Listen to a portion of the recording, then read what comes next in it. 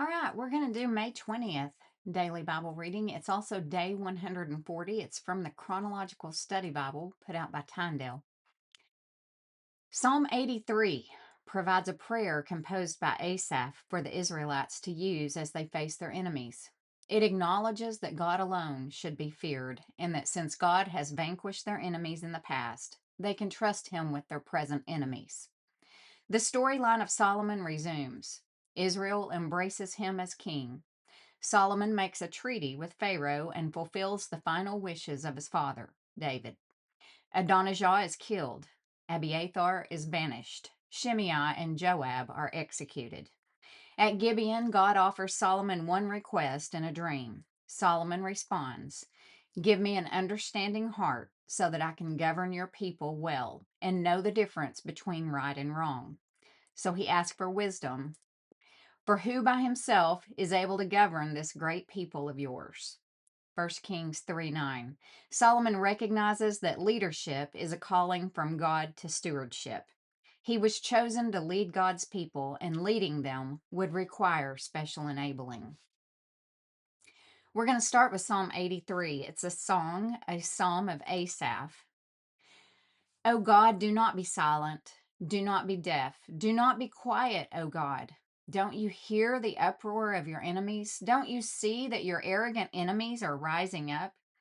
They devise crafty schemes against your people. They conspire against your precious ones. Come, they say, let us wipe out Israel as a nation. We will destroy the very memory of its existence. Yes, this was their unanimous decision. They signed a treaty as allies against you, these Edomites and Ishmaelites, Moabites and Hagrites, Gebalites, Ammonites, and Amalekites, and people from Philistia and Tyre. Assyria has joined them too and is allied with the descendants of Lot. Do to them as you did to the Midianites and as you did to Sisera and Jabin at the Kishon River. They were destroyed at Endor, and their decaying corpses fertilized the soil. Let their mighty nobles die as Oreb and Zeb did. Let all their princes die like Zebah and Zalmunna, for they said, let us seize for our own use these pasture lands of God. O my God, scatter them like tumbleweed, like chaff before the wind. As a fire burns a forest, and as a flame sets mountains ablaze, chase them with your fierce storm. Terrify them with your tempest. Utterly disgrace them until they submit to your name, O Lord. Let them be ashamed and terrified forever. Let them die in disgrace. Then they will learn that you alone are called the Lord, that you alone are the Most High, supreme over all the earth. So now we're going back to First Chronicles, chapter 29, starting in verse 23, and it's Solomon takes the throne. It's about 970 BC. So Solomon took the throne of the Lord in place of his father David, and he succeeded in everything, and all Israel obeyed him. All the officials, the warriors, and the sons of King David pledged their loyalty to King Solomon, and the Lord exalted Solomon in the sight of all Israel. Sorry.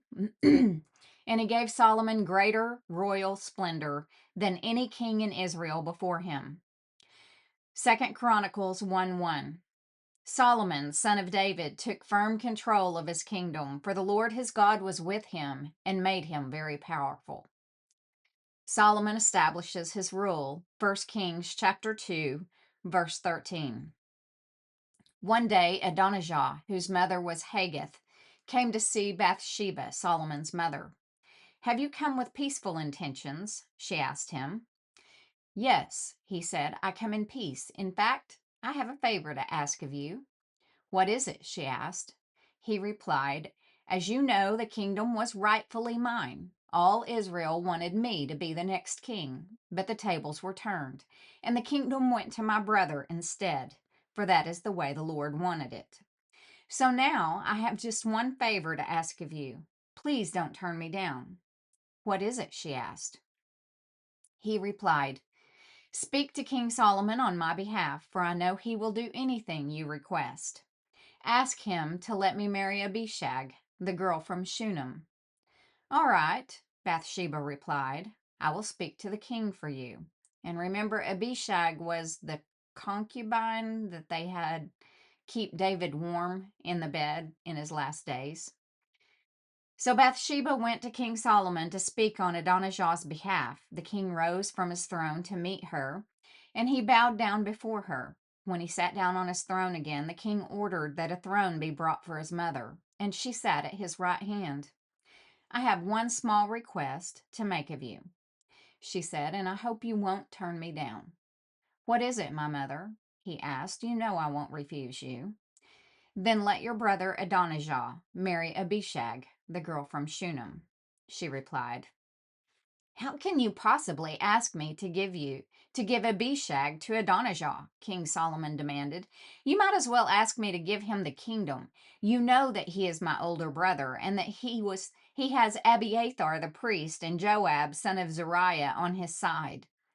Then King Solomon made a vow before the Lord. May God strike me and even kill me if Adonijah has not sealed his fate with this request. The Lord has confirmed me and placed me on the throne of my father David. He has established my dynasty as he promised. So as surely as the Lord lives, Adonijah will die this very day. So King Solomon ordered Benaiah, son of Jehoiada, to execute him, and Adonijah was put to death. Then the king said to Abiathar the priest, Go back to your home in Anathoth. You deserve to die, but I will not kill you now, because you carried the ark of the sovereign Lord for David my father, and you shared all his hardships. So Solomon deposed Abiathar from his position as priest of the Lord, thereby fulfilling the prophecy the Lord had given at Shiloh concerning the descendants of Eli. Joab had not joined Absalom's earlier rebellion, but he had joined Adonijah's rebellion. So when Joab heard about Adonijah's death, he ran to the sacred tent of the Lord and grabbed on to the horns of the altar. When this was reported to King Solomon, he sent Benaiah, son of Jehoiada, to execute him. Benaiah went to the sacred tent of the Lord and said to Joab, The king orders you to come out. But Joab answered, No, I will die here. So Benaiah returned to the king and told him what Joab had said. Do as he said, the king replied. Kill him there beside the altar and bury him. This will remove the guilt of Joab's senseless murders from me and from my father's family. The Lord will repay him for the murders of two men who were more righteous and better than he. For my father knew nothing about the deaths of Abner, son of Ner, commander of the army of Israel, and of Amasa, son of Jether, commander of the army of Judah. May their blood be on Joab and his descendants forever, and may the Lord grant peace forever to David, his descendants, his dynasty, and his throne. So Benaiah, son of Jehoiada, returned to the sacred tent and killed Joab, and he was buried at his home in the wilderness. Then the king appointed Benaiah to command the army in place of Joab, and he installed Zadok the priest to take the place of Abiathar. The king then sent for Shimei and told him, Build a house here in Jerusalem and live there, but don't step outside the city to go anywhere else.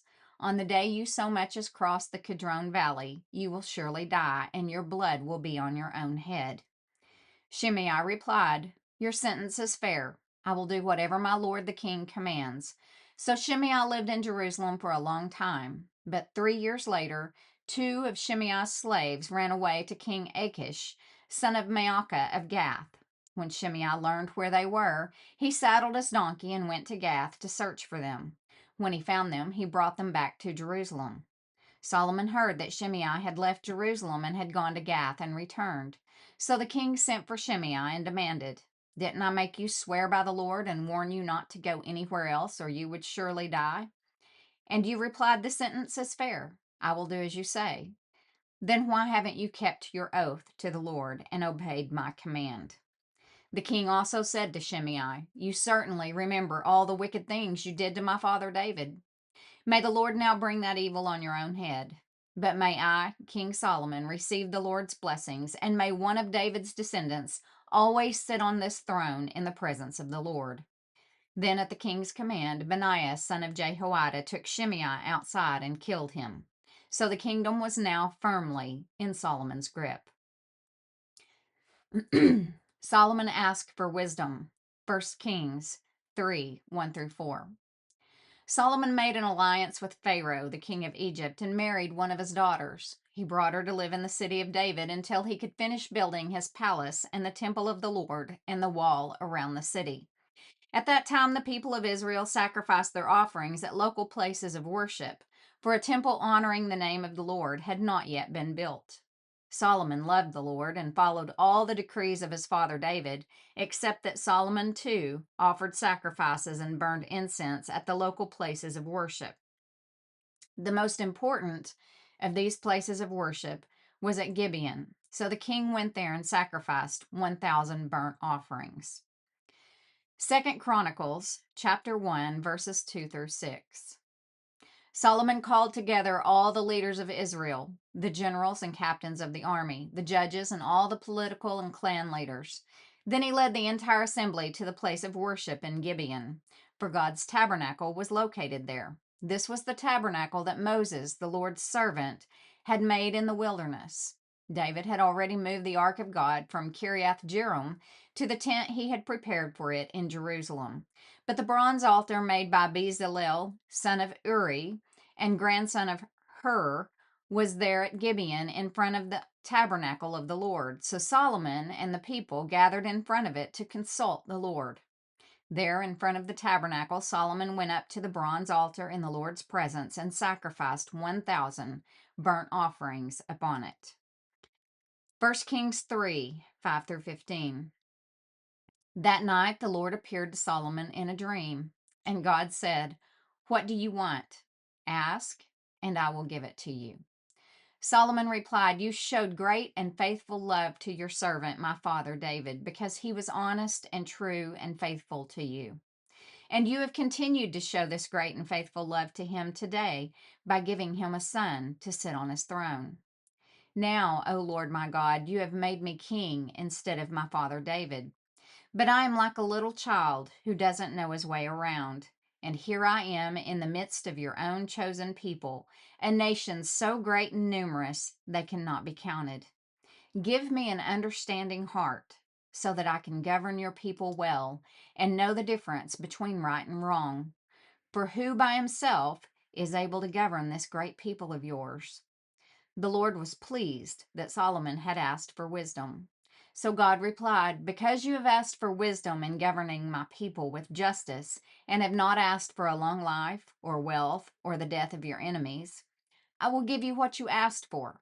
I will give you a wise and understanding heart, such as no one else has had or ever will have. And I will also give you what you did not ask for, riches and fame. No other king in all the world will be compared to you for the rest of your life. And if you follow me and obey my decrees and my commands as your father David did, I will give you a long life." Then Solomon woke up and realized it had been a dream. He returned to Jerusalem and stood before the ark of the Lord's covenant, where he sacrificed burnt offerings and peace offerings. Then he invited all his officials to a great banquet. 2 Chronicles 1, verse 7. That night God appeared to Solomon and said, "What do you want? Ask, and I will give it to you." Solomon replied to God, "You showed great and faithful love to David, my father, and now you have made me king in his place. O Lord God, please continue to give your promise to David, my father, for you have made me king over a people as numerous as the dust of the earth. Give me the wisdom and knowledge to lead them properly, for who could possibly govern this great people of yours?" God said to Solomon, "Because your greatest desire is to help your people, and you did not ask for wealth, riches, fame, or even the death of your enemies or a long life, but rather you asked for wisdom and knowledge to properly govern my people, I will certainly give you the wisdom and knowledge you requested. But I will also give you wealth, riches, and fame, such as no other king has had before you, or will ever have in the future." Then Solomon returned to Jerusalem from the tabernacle at the place of worship in Gibeon, and he reigned over Israel. And that concludes the May 20th daily Bible reading. Thanks for joining in.